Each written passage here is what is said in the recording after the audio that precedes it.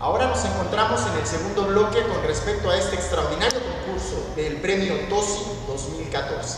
Tengo la oportunidad de estar con dos de los participantes, extraordinarios ambos. En una primera instancia tenemos a la representante del estado de Tlaxcala, Jenny Chávez, y tenemos al ganador del Premio TOSI 2014, Roberto Zavala. Quisiera antes que nada saludarlos, invitarlos a que conozcan a nuestra audiencia. Encantados de estar aquí con la invitación. Excelente. Y aquí quisiera más que nada preguntarles qué experiencia tienen con respecto a este premio tan importante a nivel nacional. Jenny, ¿cuál fue tu experiencia de haber sido participante en este concurso y más aún de haber podido representar a tu propia entidad federativa? Bueno, Tlaxcala siempre ha sido semillero de oradores y eso ha sido primero un gran honor el poder estar representando a mi estado, pero sobre todo también era una gran responsabilidad el poder recibir a nuestro estado a más oradores de gran trascendencia, sobre todo que hubieran sido campeones y que haya pasado una década para que se pudiera realizar este evento que daba una expectativa grande, no solamente en el estado, porque estuvo el interés obviamente de autoridades estatales, a las autoridades municipales, pero también a nivel nacional y sobre todo recuperar las tribunas en que se pueda dar a conocer no solamente el conocimiento intelectual que debe estar plasmado en el orador, sino también es indispensable que como jóvenes oradores podamos en las tribunas y sobre todo bajando de ellas dar el ejemplo en donde estemos en nuestras trincheras. Excelente.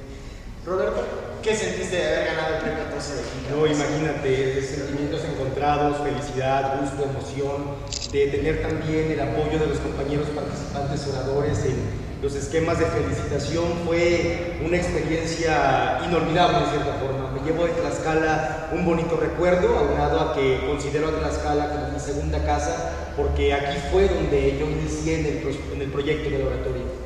Excelente. Platícanos, Roberto, ¿qué temas te tocó insertar en este concurso? Dentro de la primera ronda se llevaron a cabo temáticas de carácter genérico completamente, y en ese sentido me tocó abordar la situación del multiculturalismo y el indigenismo, que son en cierta forma dos esquemas que se encuentran dentro de la agenda nacional y de la agenda internacional.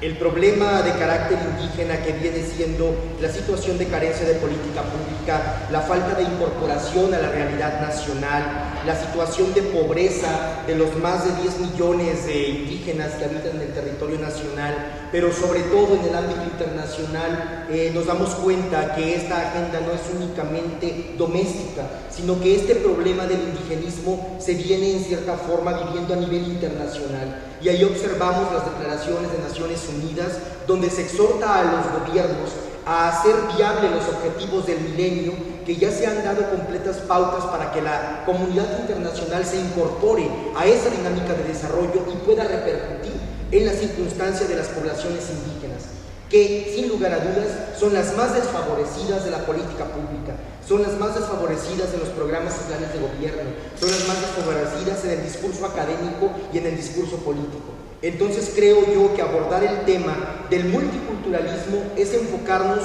a una nueva perspectiva, la situación de incorporación, pero en un término de equidad, es decir, no podemos establecer un ámbito de completa igualdad en un discurso cuando hemos observado que durante mucho tiempo se les ha tenido completamente en el abandono.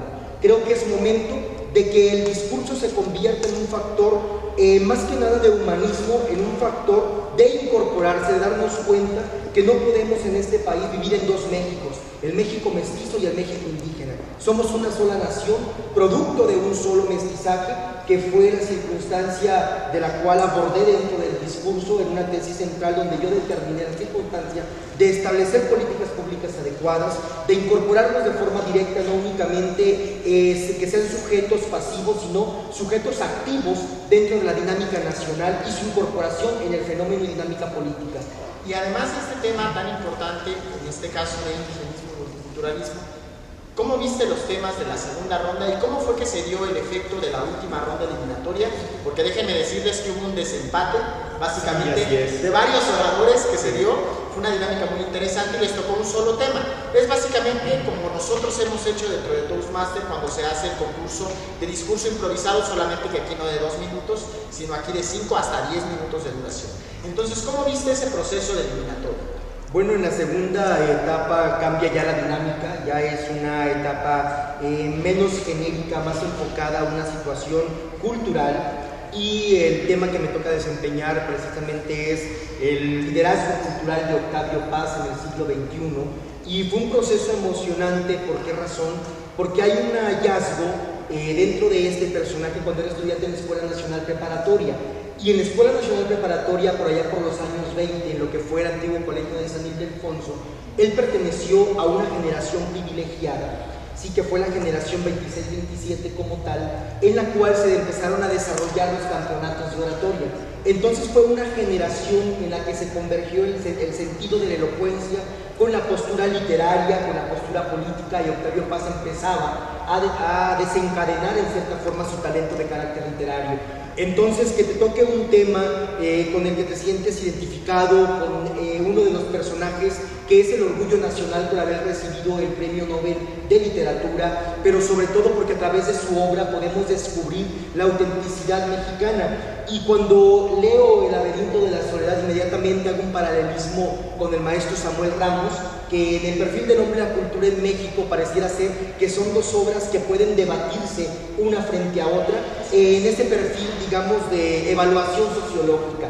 Pero también otras obras importantes, como por ejemplo la del Arco y la Lira, donde se atreve a hablarnos de la naturaleza del poema como tal. ¿Cuál es la naturaleza que existe dentro de esa riqueza literaria? Entonces son dos obras que en lo particular han impactado dentro de mi proceso cultural, y puedo decir que Octavio Paz sí tuvo un liderazgo cultural, tuvo un liderazgo político como diplomático, pero sobre todo un ejemplo en el ámbito de las letras. Extraordinario. Realmente aquí lo importante fue que a partir de la segunda ronda hubo una carga literaria muy fuerte en los temas que se vinieron a aplicar a los participantes. ¿Esto qué quiere decir? Que lo que exigió esta tribuna no solamente era la capacidad de poder transmitir un mensaje de manera correcta, sino también que se tuviera, por supuesto, un conocimiento muy amplio de la literatura universal, y que los jóvenes dieran no solamente el citar partes de las obras, sino el que pudieran realizar un análisis profundo de las mismas y por qué estas son importantes para nuestra sociedad, como pasó con el tema de la final, que les tocó hablar sobre el Quijote. Sí, entonces, ahí vimos discursos brillantes, damas y caballeros, y esta es una invitación para todas las personas que nos están escuchando, de que no solamente es importante formarnos dentro de lo que sería la forma en la oratoria, sino también para poder abordar un buen fondo es necesario tener una gran cultura universal. En ese tema, querida amiga Jenny, quisiera que nos pudieras hablar de cómo consideras tú que es importante la Escuela Tlaxcalteca de Oratoria en el aspecto literario y de cultura en el orador. Porque sabemos de entrada que ustedes se caracterizan por siempre tratar de promover ese aspecto dentro de la formación del orador. Bueno, la Escuela Tlaxcalteca se ha ganado un lugar dentro de lo que se ha creado la oratoria a nivel nacional. Si bien es cierto, bueno, quiero citar y atreverme a hablar del maestro Xicoténcatl Delgado, que él fue también estudiante, discípulo del maestro José Muñoz Cota, que se enseñó el principio que hasta hoy sigue continuando con los oradores de gran trascendencia, como lo es Zavala, que es que no debíamos leer libros. Teníamos que comernos literalmente bibliotecas. El impacto que ha generado es el respeto incluso de esta tribuna, y es que el pararse en esta tribuna requiere conocimiento, pero también requiere valor.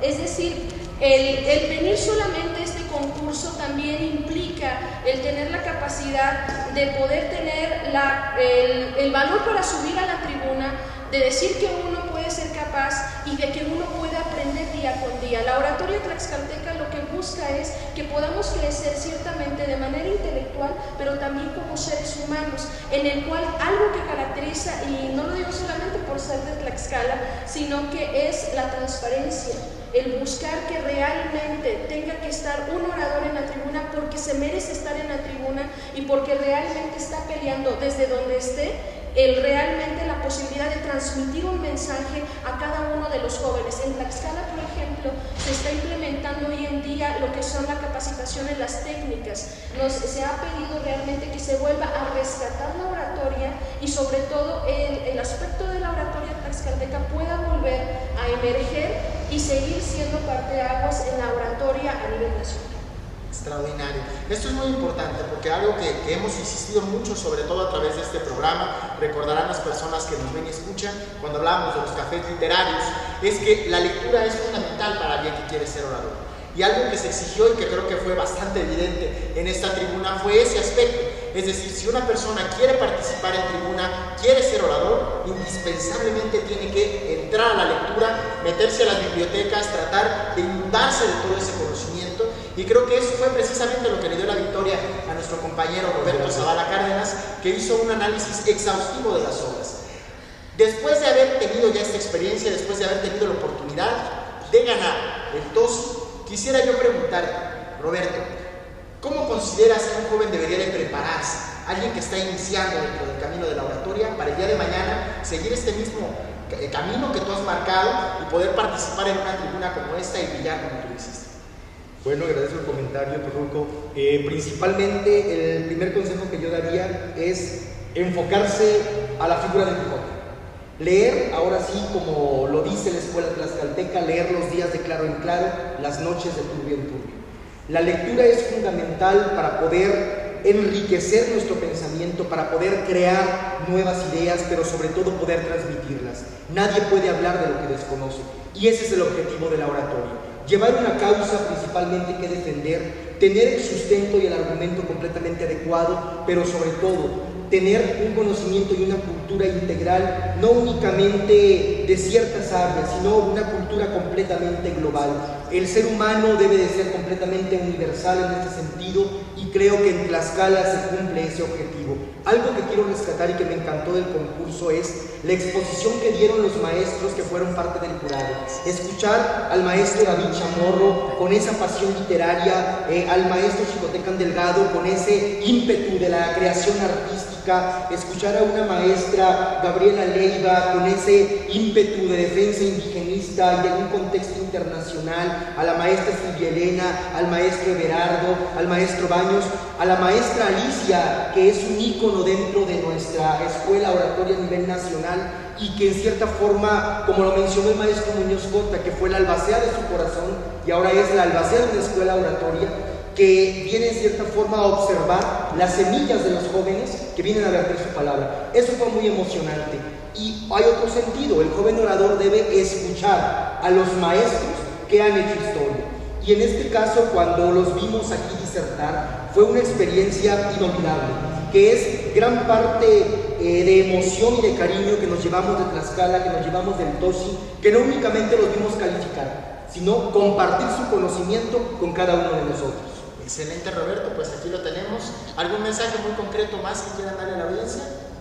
Sí, que la oratoria es el alma de los pueblos y que sobran causas justas que defender en las más altas tribunas de la patria. Y debemos de ir en una sola dirección, todos los oradores con un mismo eco, una misma voz, para poder reivindicar a nuestras instituciones. Pues excelente. ¿Algún mensaje extra que quieras darle a nuestra audiencia, querida Jenny? Bueno, yo creo que el mensaje que yo quiero dar es como joven, y es que hoy los jóvenes estamos más que comprometidos con nuestro país, pero sobre todo con nosotros mismos. Requerimos volver a las lecturas, requerimos volver a rescatar la oratoria, pero sobre todo aportar a México a través de la palabra y de nuestras acciones. Pues ya lo saben, damas y caballeros, ha sido un gusto poder haber tenido estos bloques con respecto al premio TOSI 2014, sin duda uno de los más importantes que nosotros pudiéramos mencionar a nivel nacional por su trascendencia, por la exigencia que ha tenido, y también hay que decirlo porque es importante, sobre todo por los organizadores, ya que tuvimos la oportunidad de tener durante todo el certamen lleno el auditorio. Eso es algo que no se ve en todos los concursos, y agradecemos al pueblo de Tlaxcala la oportunidad de haber escuchado todos estos discursos, así también como a los jurados que durante todo el certamen estuvieron atentos, y todos ellos sin duda son eminencias dentro del área de la oratoria. Muchísimas gracias, espero vernos dentro de 15 días en una edición más de El Poder de la Oratoria.